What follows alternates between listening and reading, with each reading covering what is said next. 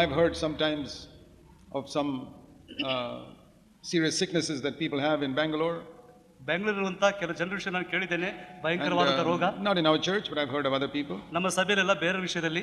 And then the doctor says for this child that needs some very expensive injection.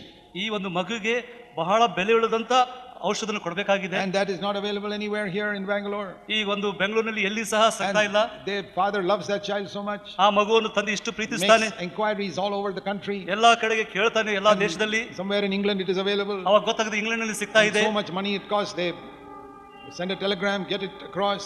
ಅವರು ಒಂದು telephone and get it across. Telephone ಮಾಡಿ ಅಥವಾ Telegram ಕಳಿಸಿಬಿಟ್ಟು and pay so much money, lakhs of rupees sometimes. ಒಂದು ವೇಳೆ ಅದಕ್ಕೆ ಲಕ್ಷಾಂತರ ರೂಪಾಯಿಗಳನ್ನು ಕೊಟ್ಟು ತರಿಸಿಕೊಳ್ಳಬಹುದು. Because they see that with that this child can be cured. ಅವರಿಗೆ ಗೊತ್ತು ಇದರ ಮೂಲಕವಾಗಿ ಮಗು ಆರೋಗ್ಯವಾಗಬಹುದು. We can say that such a father has really seen the seriousness of that sickness. ಆ ತಂದೆ ತನ್ನ ಮಗುವಿರುವಂತ ಆ ಒಂದು ರೋಗವನ್ನು ಗಂಭೀರತೆಯನ್ನು ನೋಡಿದ್ದಾನೆ. He doesn't sleep that night till he gets the medicine from somewhere in the world. ಆ ಲೋಕದಲ್ಲಿ ಎಲ್ಲಿಯಾದರೂ ಸಾಧ್ಯವಾದ ಮಟ್ಟಿಗೆ ಔಷಧ ಸಿಗಬೇಕೆಂಬುದಾಗಿ ಅದನ್ನು ಹುಡುಕ್ತಾ ಇರ್ತಾನೆ. If we had sought for victory over sin like that, ನಮ್ಮ ಜೀವನದಲ್ಲಿ ಪಾಪದ ಮೇಲೆ ಜಯ ಆ ರೀತಿಯಾಗಿ ನಾವು ಮಾಡ್ತಾ ಇದ್ರೆ, all of you would be overcoming sin in your life. ನಮ್ಮಲ್ಲಿ ಕೂತ್ಕೊಳ್ಳುವಂತ ಎಲ್ಲರೂ ಸಹ ಪಾಪದ ಮೇಲೆ ಜಯವನ್ನು ಹೊಂದ್ತಾ ಇದ್ದೀವಿ. You know why you haven't overcome? ಯಾಕೆ ನಾವು ಜಯಿಸ್ತಿಲ್ಲ? Because that father knew more about the seriousness of that child's sickness than you have seen the seriousness of sin. ಆ ತಂದೆಗೆ ಗೊತ್ತು ಆ ಮಗು ಇರುವಂತಹ ರೋಗ ಭಯಂಕರವಾಗಿದೆ. ಆ ರೀತಿಯಾಗಿ ಪಾಪದ ಒಂದು ರೋಗ ನಮ್ಮ ಜೀವನದಲ್ಲಿ ಗಂಭೀರವಾಗಿ ನಾವು ನೋಡ್ಲಿಲ್ಲ. You know how delighted that father will be when he gets a telephone from the medical shop.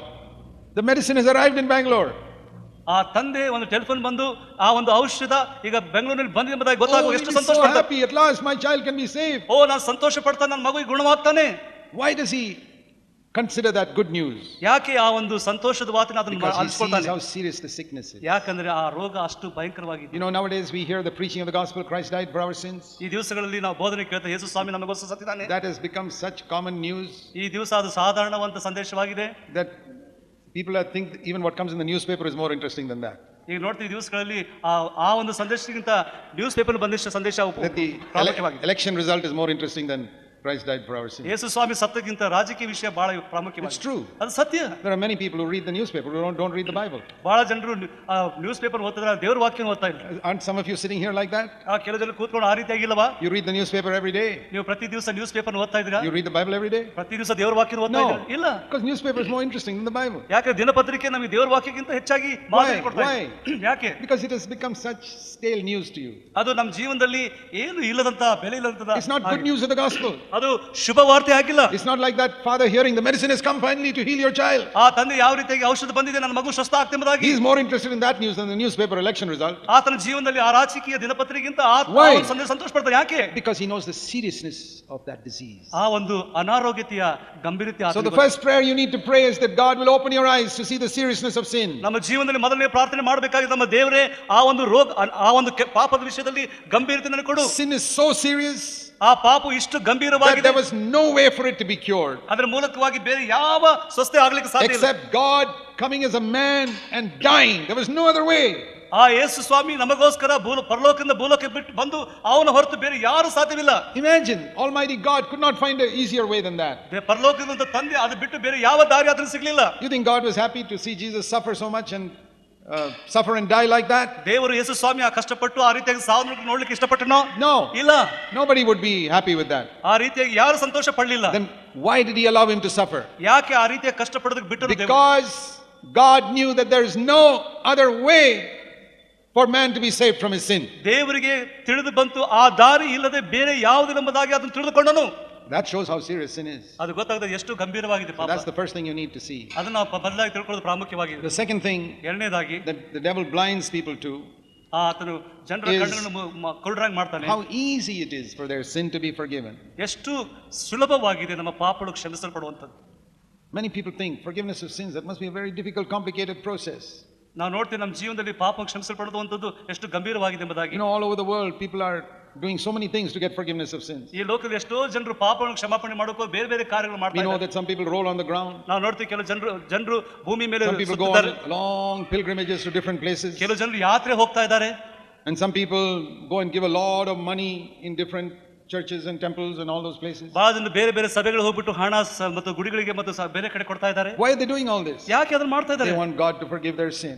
ದೇವರು ಅವ್ರ ಪಾಪಗಳನ್ನು ಕ್ಷಮಿಸಬೇಕು. There are many people who burn candles ನಾವು ನೋಡ್ತೀವಿ ಕೆಲವು ಜನರು ಮೇಣಬತ್ತಿನ and ಹತ್ತಾರೆ. ask priests to please pray for the forgiveness of my sin and I have to give the priest money. ಆ ಒಂದು ಯಾಜಕರ ಮುಂದೆ ಹೋಗ್ಬಿಟ್ಟು ಒಬ್ರು ಹಣವನ್ನು ಕೊಟ್ಬಿಟ್ಟು ನಮ್ಮ ಪಾಪನ ಕ್ಷಮಾಪಣೆಗೋಸ್ಕರ ಪ್ರಾರ್ಥನೆ ಮಾಡ್ರಿ. And they give money to the church for prayer that their sins will be forgiven. ಅವರ ಸಭೆಗೆ ಹಣ ಕೊಟ್ಬಿಟ್ಟು ನಮ್ಮ ಪಾಪಗಳು ಕ್ಷಮಿಸಲ್ಪಡಬೇಕು. Or they stand before some statue and light a candle so the sins will be forgiven. ಒಂದು ಮೂರ್ತಿ ನಿಂತ್ಕೊಂಡ್ಬಿಟ್ಟು ಒಂದು ಮೇಣಬತ್ತಿನ ನಮ್ಮ ಪಾಪಗಳನ್ನು ಕ್ಷಮಿಸಬೇಕೆಂಬುದಾಗಿ So many ways people are seeking to get their sins forgiven. ಎಷ್ಟೋ ರೀತಿಯಾದ ದಾರಿಗಳನ್ನು ಹುಡುಕಿ ಬಿಟ್ಟು ತಮ್ಮ ಪಾಪಗಳು ಕ್ಷಮಾಪಣೆ ಆಗಬೇಕೆಂಬುದಾಗಿ. Or some people think if I give a lot of money to poor beggars and all my sin will be forgiven. ನನ್ನ ಜೀವನದಲ್ಲಿ ಕೆಲವು ಭಿಕ್ಷಕರಿಗೆ ಬೇರೆಯವರಿಗೆ ಹಣ ಕೊಟ್ಬಿಟ್ಟು ನಾನು ಕ್ಷಮಾಪಣೆ But the ಪಡ್ಕೊಳ್ತೇನೆ. trouble with all these things ಇದೆಲ್ಲರ ಮೂಲಕ ಕಷ್ಟ ಏನಂದ್ರೆ is you're never sure whether you have done enough to ನಿಮ್ಮ get your sins ಜೀವನದಲ್ಲಿ ಈ forgiven. ರೀತಿಯಾಗಿ ಸಾಕಷ್ಟು ಮಾಡಿದ್ರೆ ಎಂಬುದಾಗಿ. How will I know whether I've done enough? ನಾನು ಹೇಗೆ ಗೊತ್ತಾಗ್ತದೆ ನಾನು ಸಾಕಷ್ಟು ಮಾಡಿದ್ದೀನಿ. Whatever I may do, ನಾನು ಏನು supposing ಮಾಡಿದ್ದೀನಿ. I have given 1 lakh for ಒಂದು poor ವೇಳೆ- people and beggars. ಒಂದು ವೇಳೆ ಬಡವರಿಗೆ ಮತ್ತು ಭಿಕ್ಷರಿಗೆ 1 ಲಕ್ಷ ಕೊಟ್ಟಿದ್ದೇನೆ. Devil says 1 lakh is not enough. ಆಗ ಸೈತಾನ 1 lakh ಸಾಲದಿಲ್ಲ. What to do now? ಈಗ ಏನ್ ಮಾಡ್ಬೇಕು? Okay, I'll give some more. ಇನ್ನೂ ಸ್ವಲ್ಪ And ಕೊಡ್ತೇನೆ. all your life, you're not sure. ನಿಮ್ಮ ಜೀವಿತ ಕಾಲವೆಲ್ಲ ನಿಮಗೆ Have I ಗೊತ್ತಾಗಿಲ್ಲ. done enough good works to please God? ದೇವರನ್ನು ಮೆಚ್ಚಿಸೋದಕ್ಕೋಸ್ಕರ Have I ಸಾಕಷ್ಟು ಒಳ್ಳೆ burned ಕಾರ್ಯ enough ಮಾಡಿದ್ದೀನಿ. candles? ನಾನು ಮೇಣಬತ್ತಿನ Have ಹಚ್ಚಿದ್ದೀನ. I gone on enough pilgrimages? ನಾನು ಹೆಚ್ಚಾದಂತ ಯಾತ್ರೆಗಳನ್ನು ಮಾಡಿದ್ದೀನ. What a terrible bondage it is for so many people. ಎಂತಹ ಒಂದು ಬಂಧನ ನಮ್ಮ ಜೀವನದಲ್ಲಿ. Never sure. ಆದ್ರೆ ಅವ್ರಿಗೆ ಶುದ್ಧವಾಗಿಲ್ಲ. And even people who hear that Jesus died for your sins, ಎಷ್ಟು ಸಾರಿ ನಾವು ಯೇಸು ಸ್ವಾಮಿ ನಮಗೋಸ್ಕರ ಸತ್ತನೆಂಬುದಾಗಿ ಕೇಳ್ತಾ ಇದ್ದೀವಿ. receive that forgiveness. ಆ ಕ್ಷಮಾಪಣೆ ಹೊಂದ್ಕೊಂಡಿದ್ದಾರೆ. They ask, yeah, Lord, please come to my heart, forgive me. ಕರ್ತನ ನನ್ನ ಹೃದಯದಲ್ಲಿ ಬಾ, ನನ್ನ ಪಾಪವನ್ನು ಕ್ಷಮಿಸು. Not sure. ಆದ್ರೆ ಸ್ಪಷ್ಟವಾಗಿಲ್ಲ. Has he come? ಆತನ ಬಂದಿದ್ದಾನ? Don't know. ಗೊತ್ತಿಲ್ಲ. Not sure.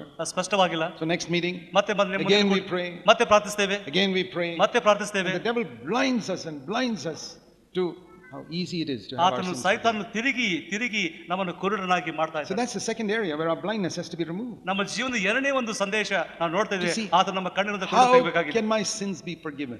ಹೇಗೆ ನಮ್ಮ ಪಾಪಗಳು ಕ್ಷಮಿಸಲ್ಪಡಬೇಕು? I always say this. ನಾನು ಯಾವಾಗಲೂ ಹೇಳ್ತೇನೆ, A good doctor is not one who just tells you what your sickness is, but tells you how it can be cured also. ಒಬ್ಬ ಒಳ್ಳೆ doctor ನೀವು ಯಾವ ರೀತಿಯಾದ ರೋಗದಿಂದ ಇದ್ದೀರೆಂಬುದು ಹೇಳೋದಷ್ಟೇ ಅಲ್ಲ, ಅದರಿಂದ ಶುದ್ಧನು ಅಥವಾ ಆ ಸ್ವಸ್ಥತೆ ಹೊಂದುವಂಥದ್ದನ್ನು ಅದನ್ನು ತೋರಿಸ್ತಾನೆ. Supposing I go to a doctor ನಾನು ಒಬ್ಬ ಡಾಕ್ಟರ್ ಹತ್ರ and he ಹೋಗ್ತೀನಿ. scans and examines me and says, you got all these sicknesses. ಆದ್ರೆ ಎಲ್ಲಾ ಪರೀಕ್ಷೆ ಮಾಡಿ ಸ್ಕ್ಯಾನ್ ಮಾಡಿ ಈ ರೀತಿಯಾದ ರೋಗ ಇದೆ ಅಂತ ಹೇಳ್ತಾನೆ. Okay, give me my prescription fees, go home. ಅವ್ರಿಗೆ ಈಗ ನಾನು ದುಡ್ಡು ಕೊಟ್ಬಿಟ್ಟು ನೀನು ಹೋಗ್ಬಿಡು ಅಂತ ಹೇಳ್ತಾನೆ. Doesn't tell me how it can be cured. ಆತನು ಯಾವ ರೀತಿಯಾಗಿ ನಾನು ಶುದ್ಧ ಹೊಂದಬಹುದು, He- ಸ್ವಸ್ಥತೆ ಅಂತ ಹೇಳೋದಿಲ್ಲ. Taken his consultation fee. ಅವನು ದುಡ್ಡನ್ನು ತಗೊಂಡ್ಬಿಟ್ಟಿದ್ದಾನೆ. Gives me no prescription. ಆತನ ಎಲ್ಲ ಬರೆದು ಬಿಟ್ಟಿದ್ದಾನೆ. He's not a good doctor. ಆತನು ಒಳ್ಳೆ ಡಾಕ್ಟರ್ ಅಲ್ಲ. I'll never go to him again. ಮತ್ತೆ ತಿರುಗಿ ಆತನ ಹತ್ರ ಹೋಗೋದಿಲ್ಲ ನಾನು. I want to go to a doctor who can tell me how I can be cured, not to somebody who tells me what my sickness is. ನಾನು ಯಾವ ರೀತಿಯಾದ ರೋಗ ಹೇಳೋದು ಅಷ್ಟೇ ಅಲ್ಲ, ಯಾವ ರೀತಿಯಾಗಿ ನಾನು ಸ್ವಸ್ಥತೆ ಹೊಂದಬೇಕು ಅಂತ ಡಾಕ್ಟರ್ ಹತ್ರ So, ನಾನು ಹೋಗ್ತೇನೆ. I don't want to listen to preaching that just tells me how bad I am. ಈ ಒಂದು ಸಂದೇಶ ನನಗೆ ಯಾವ ಕೆಟ್ಟದಾಗಿ ಹೇಳೋದಷ್ಟೇ ನನಗೆ ಇಷ್ಟ ಇಲ್ಲ. You know, some preachers are like that. ಆದ್ರೆ ಕೆಲವು ಬೋಧಕರು ಆ ರೀತಿಯಾಗಿದ್ದಾರೆ. You listen to them, they'll only tell you how bad you are. ಅವ್ರು ಯಾವ ರೀತಿ ಕೆಟ್ಟದೆಂಬುದಾಗಿ ಯಾವಾಗಲೂ ಹೇಳ್ತಾ ಇರ್ತಾರೆ. This is your sin, that is your sin, this is your sin, this is your sin, and it's all correct also. ಇದು ಪಾಪ, ಇದು ಪಾಪ, ಇದು ಪಾಪ, ಅದೆಲ್ಲ ಕರೆಕ್ಟ್ But ಆಗಿದೆ. how to be cured from it? ಹೇಗೆ ನಾನು ಶುದ್ಧ ಹೊಂದಬಹುದು, ಸ್ವಸ್ಥತೆ ಹೊಂದಬಹುದು? I don't have time to tell you all that. ಅದನ್ನ ಹೇಳಲಿಕ್ಕೆ ಅವ್ರ ಸಮಯ ಇಲ್ಲ. Don't go and listen to such preachers. ಅಂತ ಬೋಧಕರನ್ನು ಕೇಳಬೇಡಿ.